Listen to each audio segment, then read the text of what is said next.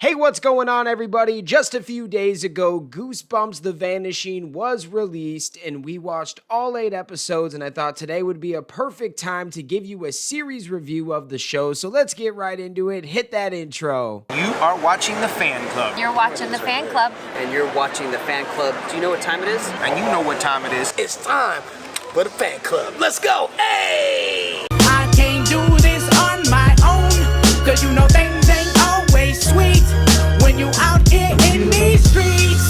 But my morpher when it morphed, I made a fake one. What is going on, everybody? Welcome to the Fan Club. It is your boy Dan Brosnan in the building. Welcome to the show. We are so happy to have you guys. This is a new year with new shows, and even though there is no Power Rangers, we are reviewing all different kinds of shows, and today we are going to be breaking down Goosebumps The Vanishing. This one was a lot of fun. It's only 8 episodes, but I love the way that they do it now. Do you remember back in the day, the old Goosebumps episodes? Every show was a book, basically. Well, with these, every season is a new season, but there's several books that work their way into each season, and I absolutely love it. So this is what we're going to do on today's show. We're going to kind of give you a breakdown of everything that happened in the show, then break down that ending, and then at the same time, when this is all done, we're going to see what everyone is saying. Like, we're going to go on over to the reviews and let's listen to the professionals and the fans and see what they're thinking about this season 2 of Goosebumps. With no further ado, let's get right into it. Disney's Goosebumps The Vanishing unfolds over 8 episodes, weaving a complex tale spanning decades and centered around the disappearance of 4 teenagers at Fort Jerome, a former military experimental site, in 1994. The story's present-day focus is Anthony, a botanist, and the younger brother of one of the missing teens, Maddie. Anthony, his twin children, Cece and Devin, and a supporting cast of teenagers, Frankie, Alex, and CJ, become entangled in the mystery. Anthony's strict rule forbidding his children from entering the basement stems from his decades-long obsession with the events of 1994 and his belief that the answer lies in the plant life he studies there. Cece grapples with the pressure to be perfect, while Devin navigates teenage angst and a rekindled crush on Frankie, whose relationship with the bully Trey sets the stage for a fateful visit to Fort Jerome. Devin's trip into the fort's basement mirrors Maddie's ill-fated 1994 expedition, resulting in a mysterious black substance coating him and a subsequent encounter with a seemingly resurrected Maddie. This experience leaves Devin with unsettling symptoms and connects him further to the mystery.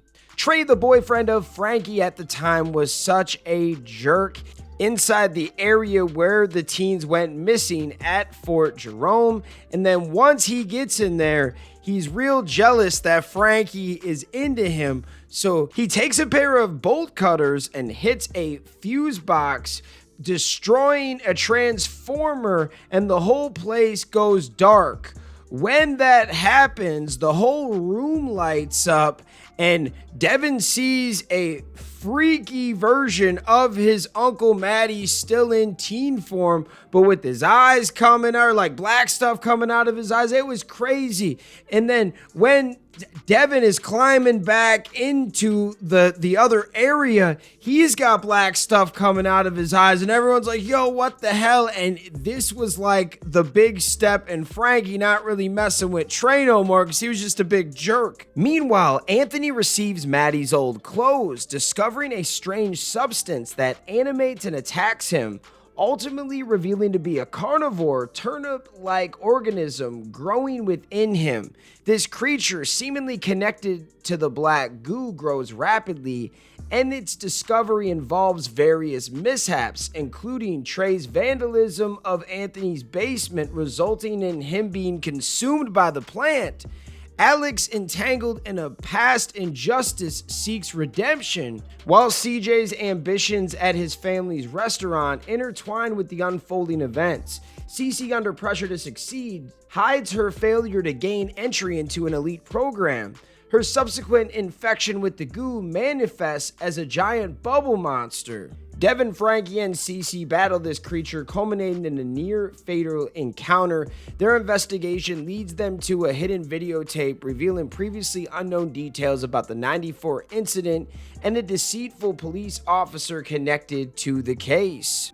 The police officer is one of the girls' moms, Alex's mom, actually, and she used to date Maddie before he died, and she stole the tape because on the tape, she told him, like, I hope you die tonight or something like that. Now, obviously, she didn't have anything to do with it, but she just hated that she said that, and she stole the tape and hid it.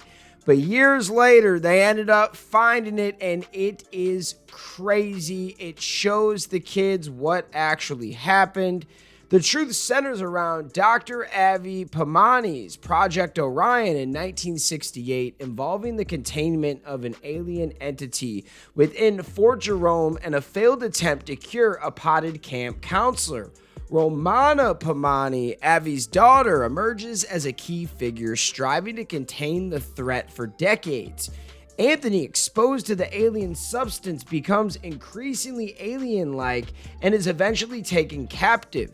The teenagers, guided by clues, infiltrate Fort Jerome.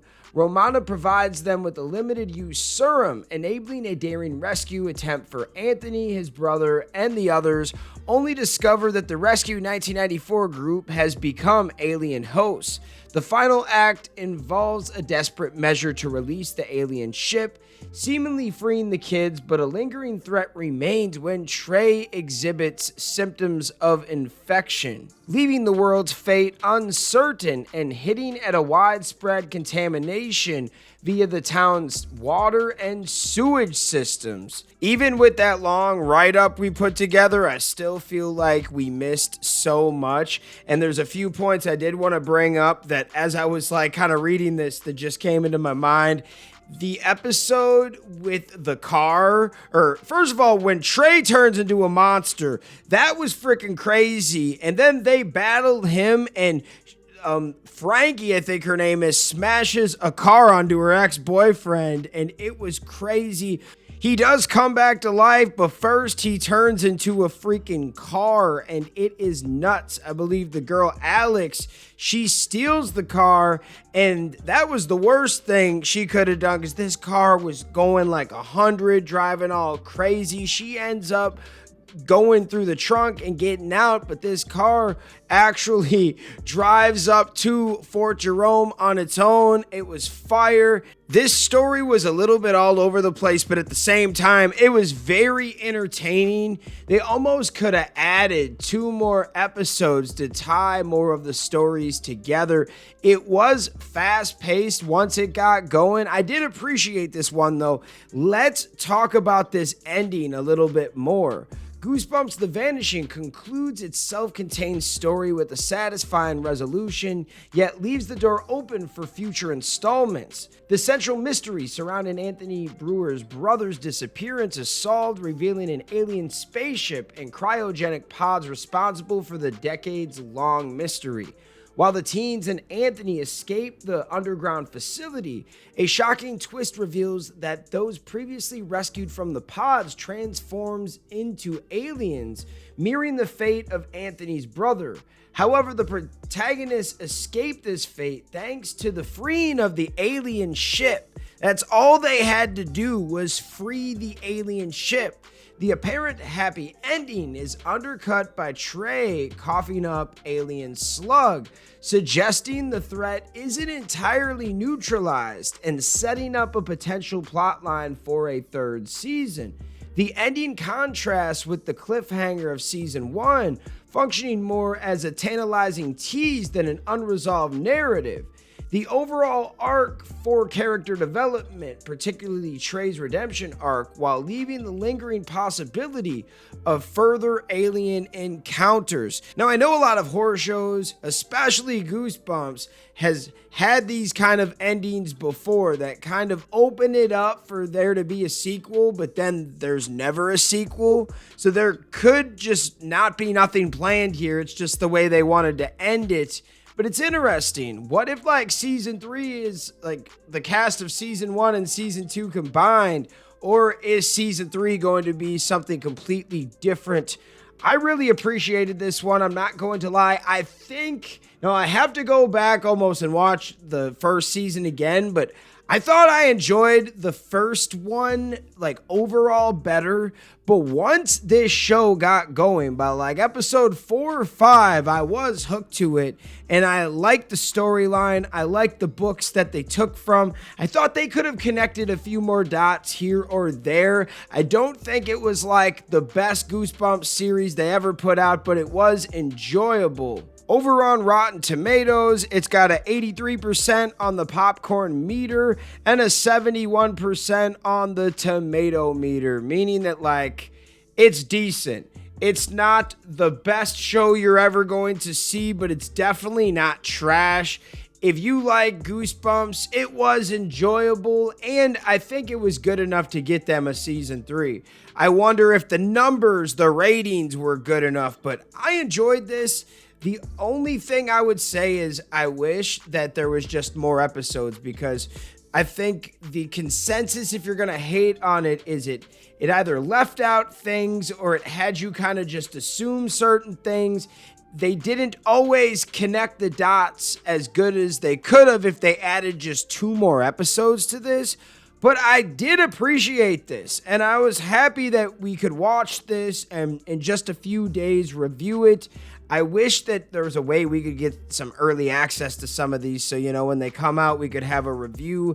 And for this one, because every single episode came out at once, I almost didn't want to make, you know, a video for every episode, but let's just make one for the whole series. I tried to tell you almost everything that happened, but I know I left out a good handful of things. So let me know your favorite part about this one. Did you like it? Did you appreciate it? Tell me why. If you didn't like it, let me know why in the comments.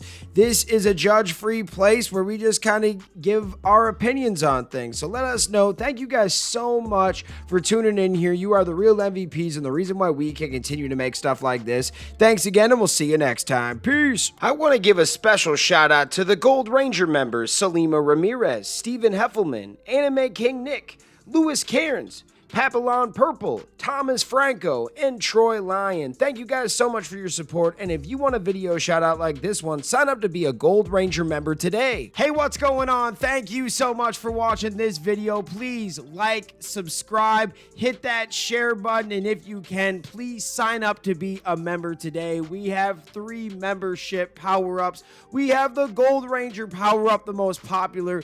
You get into our exclusive fan club chat group.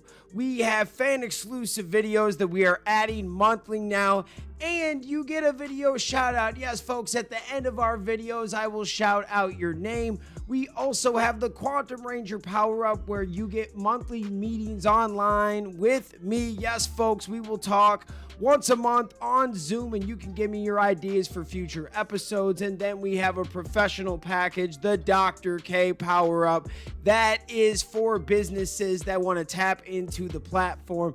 If you guys can, please sign up to be a member today. It is highly appreciated, and it helps us keep these videos going.